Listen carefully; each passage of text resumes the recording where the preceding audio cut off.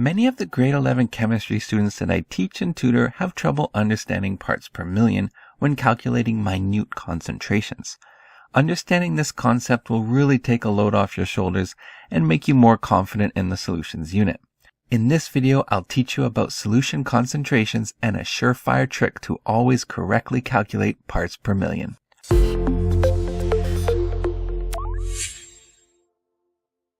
Our first step on this journey is to uncover the parts of a solution. So typically when we calculate solution concentration, we do the quantity of the solute and divide by the quantity of the solution. But what is solute and what makes up a solution? Well, let's say we have a beaker of water filled with all of these sugar particles. So we've dissolved sugar in water. Well, the water is actually called the solvent. It's what we are dissolving the sugar in, and the sugar is called the solute. Together we have a solution. This leads us to ways to calculate concentration. If you have any questions thus far, let me know in the comments. Otherwise, step 1 is complete. QED check. Let's move on to our second step, where we will discover a few ways to represent concentration. So the first one is a volume to volume concentration. This means that we measure the volume of the solute and divide by the volume of the entire solution. Let's look at an example of what this looks like. So given 500 milliliter bottle of solution and 140 milliliter pure acetic acid, what's the percent by volume of acetic acid? So to calculate this concentration, we're going to do the volume of our solute and then divide by the volume of our solution. So we have 140 milliliters of pure acetic acid dissolved in a bottle to make a solution that is 500 milliliters.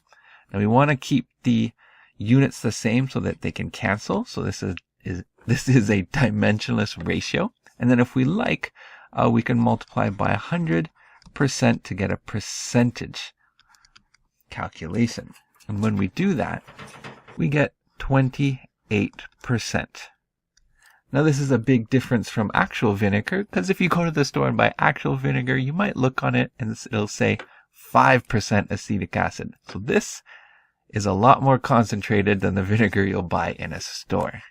Another way we can do it is, instead of measuring the volume of the solute, we can measure the mass of the solute. This is called a weight to volume concentration. Or, likewise, we could find the mass of the solute and divide by the mass of the solution. This is a weight to weight concentration. A good example of a weight to weight concentration would be an alloy.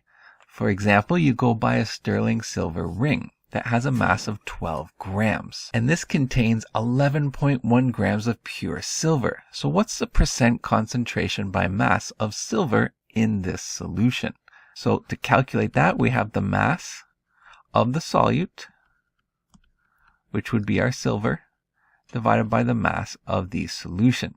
And yes, I realize these are metals, but if you melt them down, you can mix them together. That is how you can get many alloys such as brass and steel. So in this case, we have 11.1 grams divided by 12 grams. And we can as well multiply this by 100% since we want a percent concentration. And when we do that, we get a whopping 92.5%. Now that we can calculate concentrations with different units, let's look at the units for parts per million. Let me know if you have any questions in the comments. Otherwise, step 2 is complete. QED check. So in our last step, we'll break down parts per million, where I'll show you a trick that makes solving for it effortless. So the units for parts per million, well, it's going to depend on what type of concentration you're measuring. In this case, our first case, we have milligrams per kilogram. So this is a mass to mass or weight to weight concentration. Whereas the second one is a mass divided by volume, milligrams per liter concentration. So weight to volume concentration. Notice the units of parts per million is either milligrams per kilogram or milligrams per liter. How does that make a part per million? Well, let's look at milligrams per kilogram.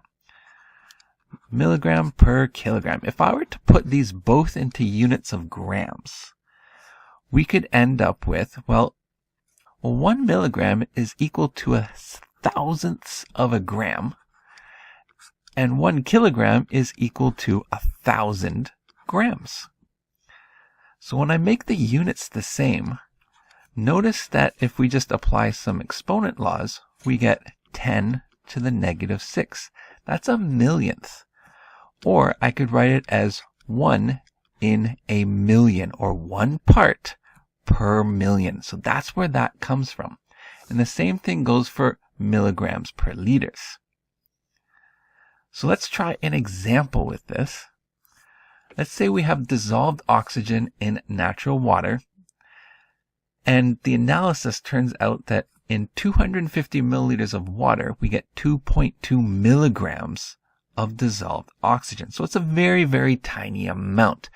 This is because oxygen doesn't tend to dissolve in water, since water is polar and oxygen is nonpolar. But we can get minute quantities. So let's calculate the concentration in parts per million. So the concentration in parts per million, Now we are given a mass of the solute. So we're doing a mass to volume ratio. The mass is in milligrams, 2.2 milligrams, and the volume is 250 milliliters.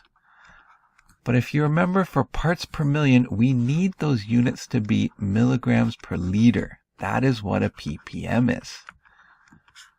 So let's change our milliliters into liters. So we got 2.2 milligrams divided by 0.25 liters, since there is 1,000 milliliters in a liter. And when we do that, we will get units of parts per million, which in this case is 8.8 parts per million. Now I told you I was going to show you a trick. Now you can remember your units, and that works, but if we go back to here, we can see that a part per million is just 1 part in 1 million. So what we're going to do is we're going to try another example. I'm going to show you a trick to doing it. So if we have 0.0032 grams of sodium chloride dissolved in 75 grams of water, that's not a lot. So let's calculate the concentration in parts per million. Now instead of changing this into milligrams per kilogram, which would be the units of ppm, I'm going to leave them in the same units of grams. So I'm going to do the mass of our solute, which is 0.0032 grams, divided by the mass of our solution, which is 75 grams, same unit, and then multiply by 1 million. That's all you have to do. So when we do that, we get 43 parts per million, which would be the exact same if you change your units to milligrams per kilogram. That's it. Congratulations, last step QED. For making it this far, I have a bonus for you. By this point in chemistry, I'm sure we're familiar with the mole. For our bonus, I'll show you how to use the mole to calculate a concentration called molarity. So the concentration is going to be not the mass or volume of the solute, but how much of it you have.